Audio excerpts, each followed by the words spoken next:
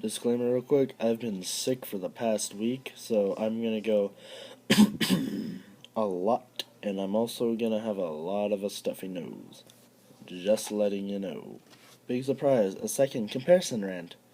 So the last one I did was on Log Horizon versus Sword Art Online.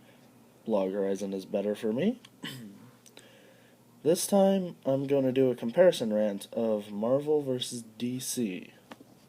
So my side on the whole argument is Marvel. I prefer Marvel over DC because, yes, DC is more human, I guess.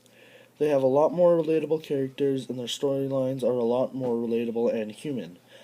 However, it's a series about superheroes. It should be allowed to go wild and crazy however it wants. For instance, take Spider-Man.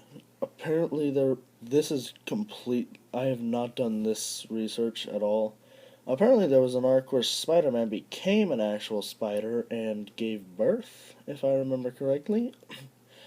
That's what I like about Marvel. It's not afraid to take chances.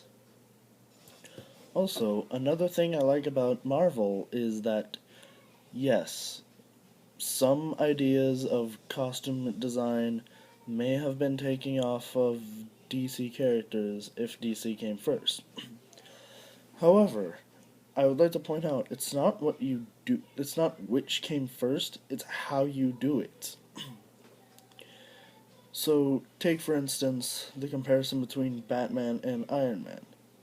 Some people might say they are completely different. They both lost their parents at a young age. They were both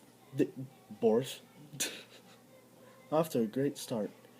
They were both born into a family of millionaires, and they both have one defining feature between each of them.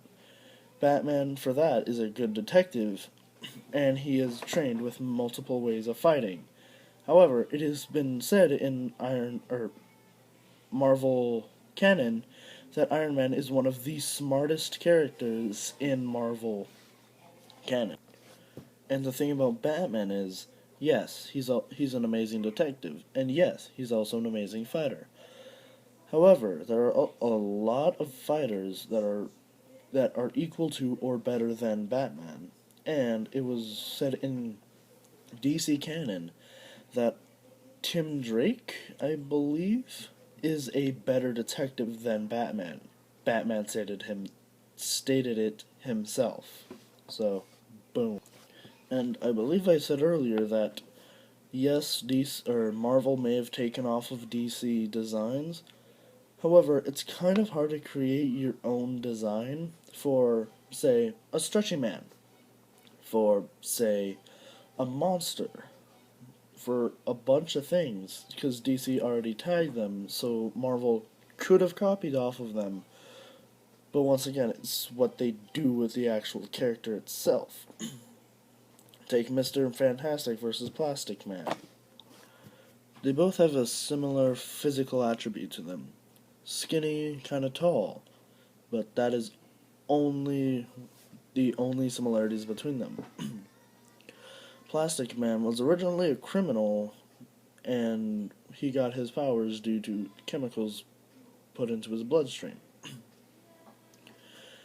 He donned the idea of Plastic Man while trying to stay undercover using his secret gang identity. Mr. Fantastic was born Reed Richards to a family of geniuses, and he showed this very early on. Getting multiple, or studying at multiple colleges for highly advanced students. So while they may look the same, the characters are so different.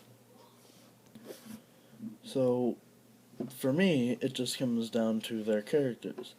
And DC, while it has a couple, it's not that fun, really. You have Batman, you have the new version of Superman, who's a lot more serious compared to when he's supposed to be the Superman, the one who everybody idolizes. However, Marvel is a lot more colorful and fun with its characters. Even the villains are very interesting.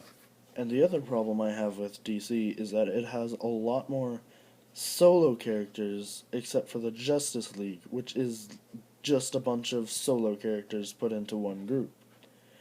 How many times do you see it's Batman and Robin? Yes, I know.